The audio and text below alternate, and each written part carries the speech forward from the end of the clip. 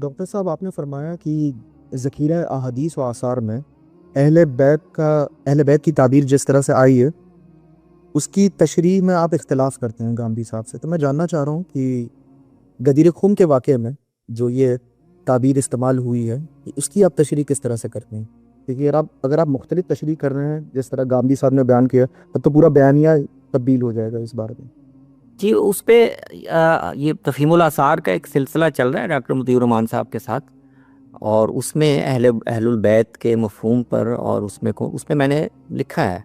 یعنی زمانے بھی بات کی ہے، اور میرے خیال میں اشراق میں کسی حصے میں وہ میں نے اس کی وضاحت بھی کی ہے۔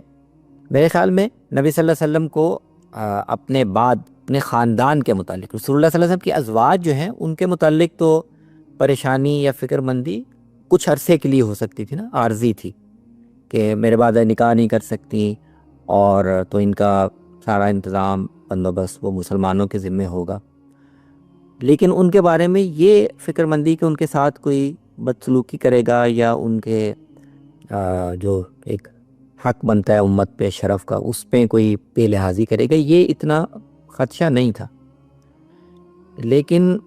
جو آپ کا خاندان ہے اس کے بارے میں آپ کے سامنے یہ چیز تھی کہ آگے چل کر جو امت میں سیاسی قیادت کے حوالے سے ایک نزاع پیدا ہوگا اور اس میں دو رجحان ہوں گے کہ یہ کس کو ہونا چاہیے، تو اس کے تحت میرے خاندان کے لوگوں کو مشکلات کا سامنا کرنا پڑے گا۔ بہت سے لوگ ہیں جو ان کے ساتھ بدسلوکی کریں گے اور ان کو ناروا رویے کا سامنا کرنا پڑے گا۔ تو میں تو ان ساری روایات کو جس میں آپ تذکیر فرما رہے ہیں اذکرکم اللہ فی اہل بیتی اور اس طرح کی، مجھے تو وہ سیاق زیادہ درست لگتا ہے کہ آپ اس طرف اشارہ کر رہے ہیں۔ تو آپ کی تفہیم اگر یہ قبول کر لی جائے تو اس میں ایک وہ انڈیکیشن ہمیں نہیں ملتا ہے کہ جو سیاسی فیصلہ آگے جا کر مستقبل میں ہونا تھا اس کے متعلق رسالت مآب صلی اللہ علیہ وسلم نے کچھ نہ کچھ تو کامنٹ کیا ہے، اہل بیت کو کسی نہ کسی حوالے سے اکوموڈیٹ کرنے کی تو تلقین کی ہے؟ نہیں، رسول اللہ صلی اللہ علیہ وسلم نے اس حوالے سے کوئی فیصلہ کرنے یا کوئی امت کو ایک لائن دینے کی کہ یہ نظام پیدا ہوگا اور میرا رجحان یہ ہے، میری پسندیدگی یہ ہے کہ میرے اہل بیت کو تم ترجیح دو سیاسی، تو یہ تو آپ نے نہیں کیا۔ لیکن یہ کہ اس کے بعد پھر ان کے ساتھ کیا کچھ کیا جائے گا اور ان کو ان کے لیے کس طرح کے حالات پیدا کر دیے جائیں گے،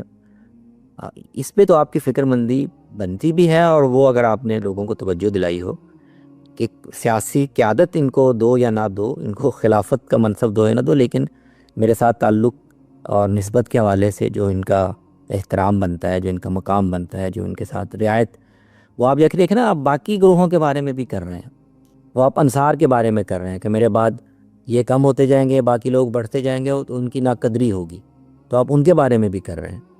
اور دوسرے گروہوں کے بارے میں بھی کر رہے ہیں۔ تو آپ اپنے خاندان کے بارے میں بھی اگر لوگوں کو، صحابہ کے بارے میں آپ کر رہے ہیں کہ آگے چل کر صحابہ جب تعداد میں کم ہو جائیں گے اور دوسرے لوگ آ جائیں گے تو میرے صحابہ کے بارے میں بھی ناقدری ہوگی، ان کے بارے میں ناروا رویے آئیں گے، تو آپ ان کے بارے میں بھی متنبع کر رہے ہیں۔ تو کیا بعید ہے یا کیوں اس کو بعید سمجھا جائے کہ آپ اپنے خاندان کے بارے میں بھی متنبع فرما رہے ہیں؟ جی ڈاکٹر صاحب، آپ نے یہ تفہیم الاثار سیریز میں سے ڈیٹیل سے ڈسکس کیا ہے اس ٹاپک کو؟ مجھے ایسا یاد پڑتا ہے، شاہ صاحب بتا سکتے ہیں؟ میرے حال میں ہم نے کہیں ڈسکس کیا ہے کسی جگہ پہ، کسی روایت کے تحت، یا کسی اور جگہ مجھے اب ذہن میں نہیں ہے، لیکن کسی جگہ میں نے کیا ہے اس کو ڈسکس۔ ٹھیک ہے، اور ایک آخری سوال، یہ تفہیم الاثار جو پروجیکٹ ہے یہ تصنیفی شکل میں کب تک ہمیں دستیاب ہوگی؟